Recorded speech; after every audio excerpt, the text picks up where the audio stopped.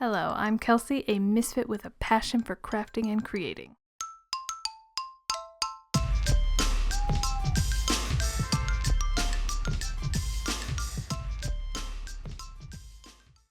Welcome back to my little crafty corner of the internet. In today's video, I'm making Barbie-sized patio furniture out of cardboard, felt, and wall spackling. Because Barbie deserves to sit outside in comfort and style. I'll be building 2 padded chairs and a side table to sit between them. I actually already sketched out a pattern for these chairs, so fingers crossed it comes out the way I'm picturing in my head. So here's how the chairs are designed. Each one is built in 2 separate parts, the padded seat section and the structural leg section. I'll be starting with the seat section first. From cardboard, I cut out all the pieces I needed for that padded part. 2 side pieces that will become the armrests, and 1 rectangular piece that will be both the seat and the chair back. I lightly scored a line across the rectangle to create a fold point to divide the seat from the back. That line is what'll let it bend into a chair shape. Now it's time to cover this cardboard in fabric. I went with felt because it's easy to work with and super affordable. I cut a felt rectangle about an inch larger than the back section on all sides. Then I glued one edge of the felt right along that scored line, making sure to tuck the edge under so the cushion has a nice, clean finish. Before gluing everything else down, I folded up a paper towel and glued it onto the back section of the cardboard.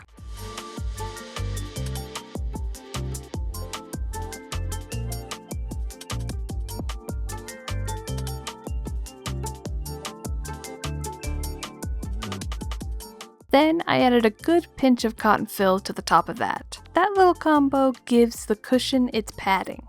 Then I folded the felt over the whole thing and glued all the remaining edges down onto the back of the cardboard.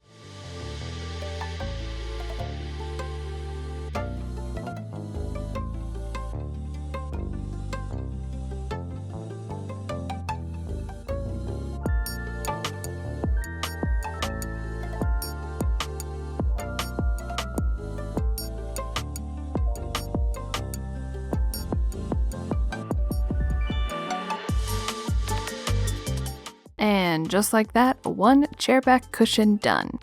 For the seat cushion, I followed the same exact process.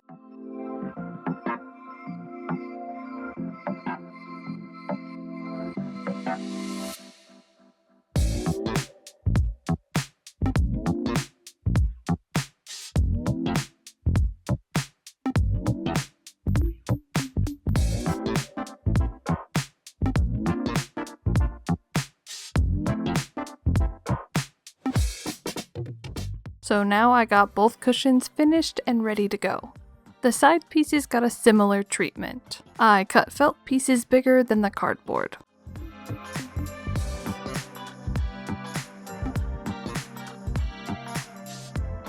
I folded a paper towel into a narrow strip and glued it down.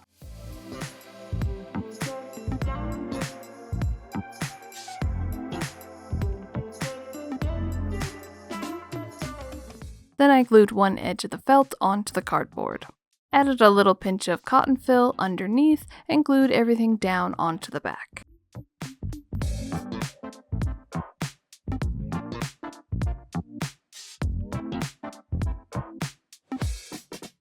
I repeated that for both side pieces. And now it's time to put these pieces together. I lined up the side pieces along the bend of the seat and back piece.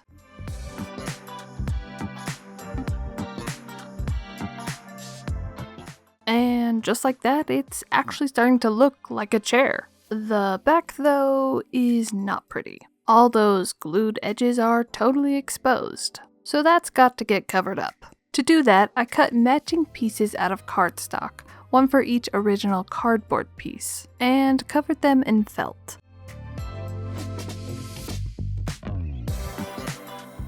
No stuffing this time, just clean felt covering. Then I glued each one onto the back of its matching piece to hide all that messiness.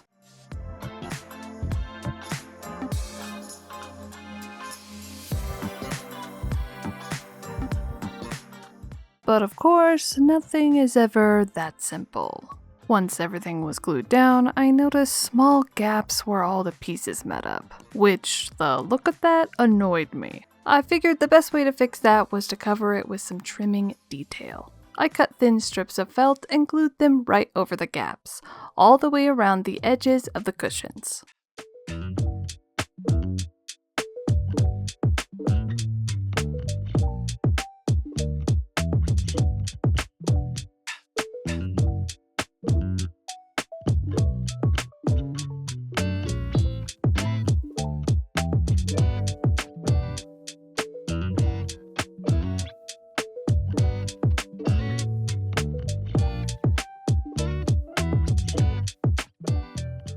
And I felt like that looked better. Either way, it was time to move on to making the legs and structure section of the chairs. And just like before, I cut the pieces I needed out of cardboard. Then I taped the rectangle piece between the two side pieces, which at this point looks kind of like a capital H. For the back of the structure, I took another rectangle piece of cardboard, scored a line across it the same way I did earlier, and taped it onto the back of the chair structure, following the curve of the design.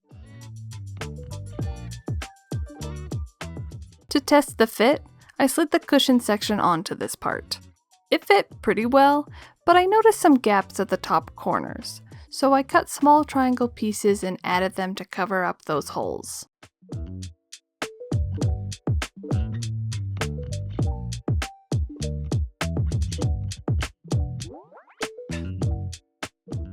Once that was sorted, I went around and masking taped up all the exposed edges and seams of the structure.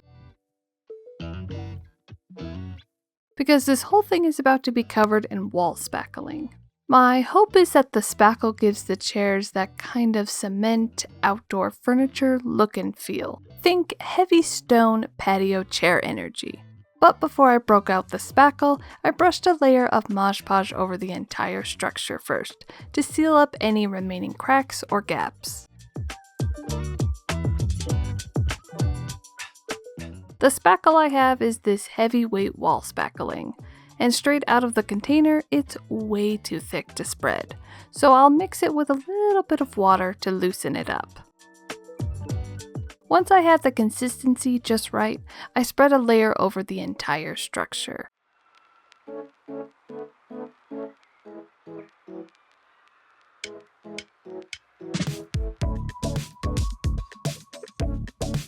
Then I let it dry and did a second coat on top of that. While that was drying, I moved on to the side table. The design ties in with the chairs. It'll have the same two-part look. One part with that cement-style spackle finish, and one part with the same blue color as the chair cushions, so everything feels like a matching set. For the base, the table has a single leg that runs down the center. It's wider at the bottom and slightly narrower at the top, basically like a cone with its tip cut off. That whole base section will get the spackle treatment to match the chair bases. And on the top of that will be a simple round tabletop in a blue color to match, tying all of it together. I started with the tabletop first. Now, I actually saved a lid from a peanut butter jar a while back because I had a feeling it would come in handy for something. And today is that day. The size and shape are perfect for a little round tabletop. The only issue is it still very much looks like a jar lid, expiration date and all. So I needed to cover that up. I had this scrap piece of thin blue plastic that ended up being the perfect fix. I cut a circle out of it that fit right on top of the lid, covering up all the telltale signs of a jar lid. And as a bonus, the plastic was a slightly lighter shade of blue than the lid, which actually gave it this really cute two-toned look I wasn't even planning on. Also, fun little teaser here, I picked this lid because it actually ties in perfectly with another future project I'm currently working on. So make sure you're subscribed so you don't miss that future video coming soon. With the tabletop sorted, I moved on to building the leg. Like I mentioned earlier, the leg tapers towards the top, so I needed to engineer that shape out of cardboard. I started by cutting two circles, one slightly larger than the other. The bigger one will be the base and the smaller one the top. I also cut a long strip of cardboard to the height I wanted the table to be, then scored it across the whole length so it would become flexible enough to curve around the circles. To build the tapered tube shape, I cut that long strip down into smaller strips and taped them between the two circles. For the sections where the shape needed to narrow, I trimmed some of these strips into thin triangles. That's what creates the tapering effect.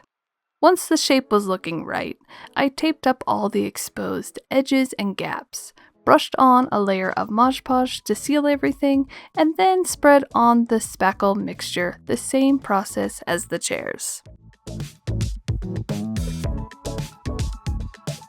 Once the chairs and table leg were fully dried, it was time for sanding. And as you can see, the spackle left a pretty bumpy texture. Like, too bumpy. So I sanded everything down as smooth as I could get it, which ended up taking way longer than I expected.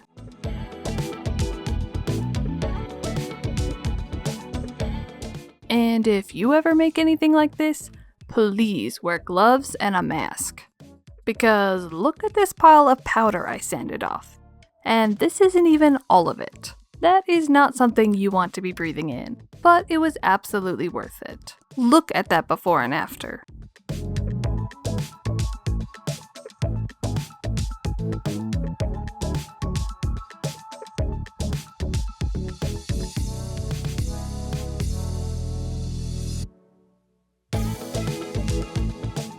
Once everything was as smooth as I wanted, I sealed it all off with a final layer of Mod Podge. After that, all that was left was attaching the spackled pieces to the blue pieces. And just like that, I think we're done here, which means it's finally time for the reveal.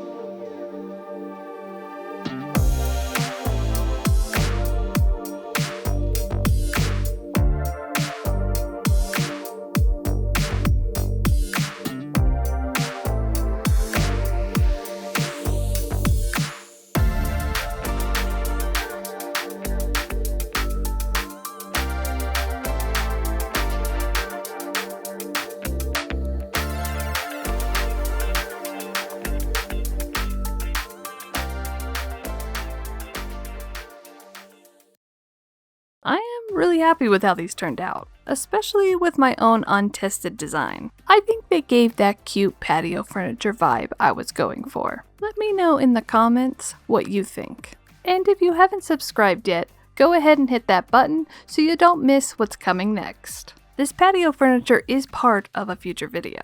If you love miniatures, Barbie projects, paper crafts, and all kinds of creative DIYs, you're definitely in the right place. Thank you so much for watching, and I'll see you in my next crafty adventure. Bye!